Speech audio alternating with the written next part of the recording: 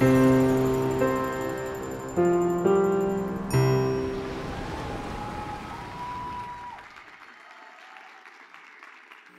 estés chingando, vete a la chingada, ¿cómo chingas? No seas chingona.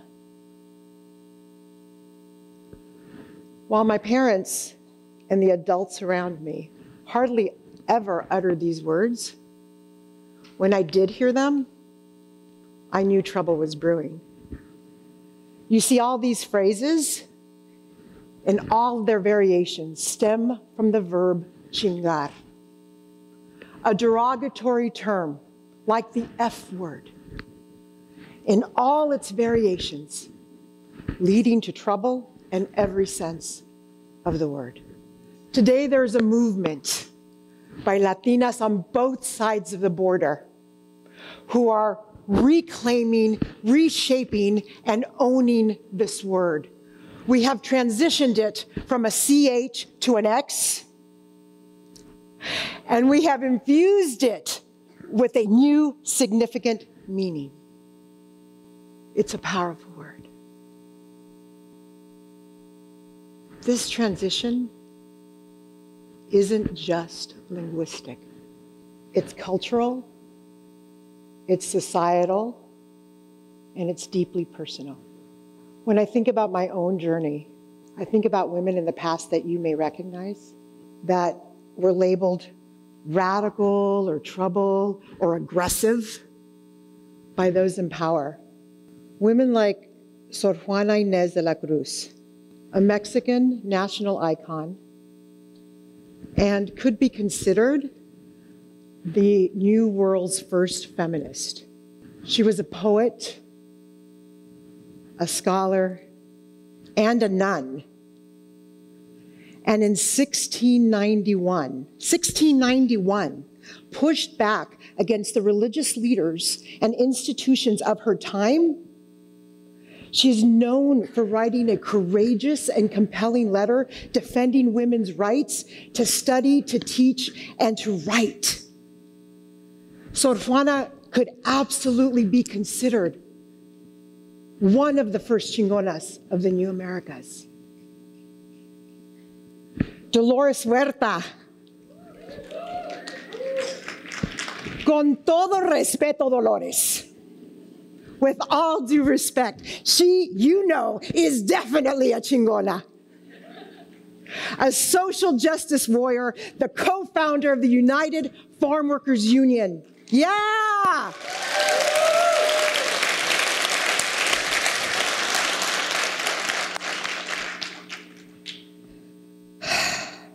She organized to defend women's rights, civil rights, and we cannot forget the most important one, in my opinion, farm worker equity.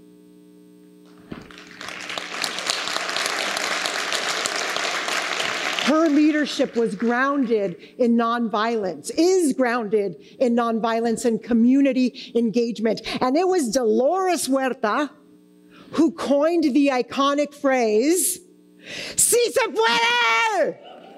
Say it with me, "Si se puede!" A battle cry, an affirmation that we still use today in community organizing. As we celebrate those women that I hope you have heard of, I also need to uplift those that you never have. MariaElena De La Garza Vargas, my mom. Well, she would have never allowed me to call her a chingona, for God's sakes. She absolutely was one. Did you know that in the United States today, only 7% of restaurants are owned and operated by women of color? Now imagine, in the 70s, my mom owned and operated and was the head chef of her own Mexican restaurant.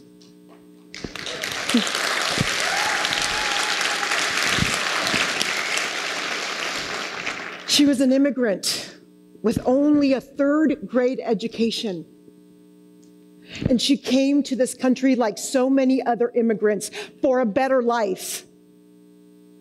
She was widowed at 51, leaving her to raise 2 young girls. She didn't speak English, and she didn't know how to drive. She didn't know how to drive.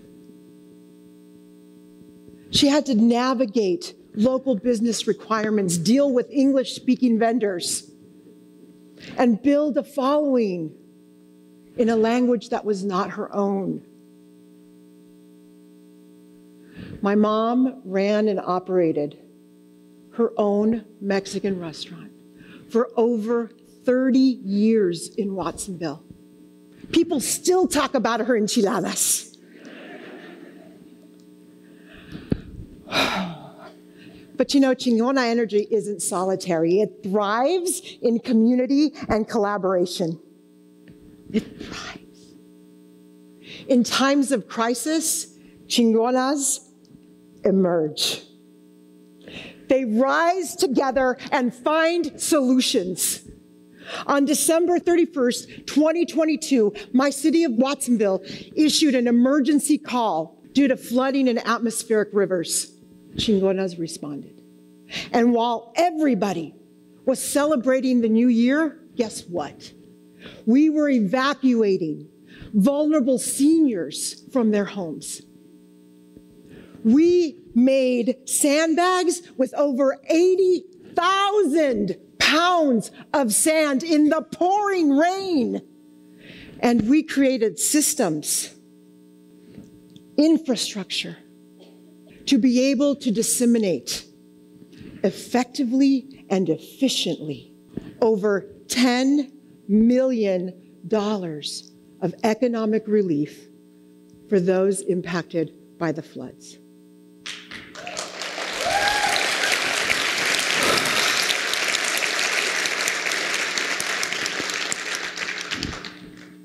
Chingona Energy, it isn't solitary. It emanates from women who are unstoppable, brilliant, and passionate. They are connected and committed to serve their community, whether it's responding to natural disasters, crossing borders, or fighting against systemic injustices. When Chingonas stand united, they drive meaningful change. I no longer shrink at the word Chingona. I embrace it. Because like Sor Juana and Dolores and Maya Ma, and all these people on the slide, and millions of others who stand truth to power, who speak truth to power, I have earned it with my resiliency and strength. And I even feel pride. I have the audacity to feel pride in my work and recognize the leadership in my community. You see, I led a social service agency, the Community Action Board of Santa Cruz County, to reflect the community that it serves on all levels of the agency, because representation matters. It took us 10 years, but we did it.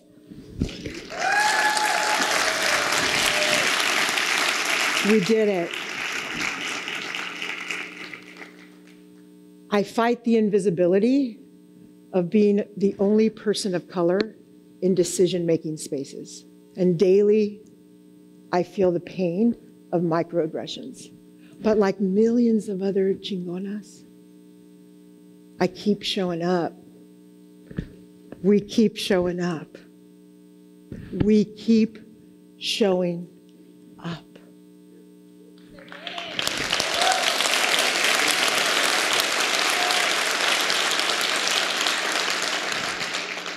So join me. Join me. I am inviting you to join me. Notice when our voices are not heard. Notice when we're not sitting next to you in the boardroom at the decision-making table. And notice when the decisions are made for us, without us. Celebrate with me the strength of the chingona. I invite you. I invite you. Celebrate the brightness of our spirits, the power, the grace and the grit of La Chingona. ¡Que viva las chingonas!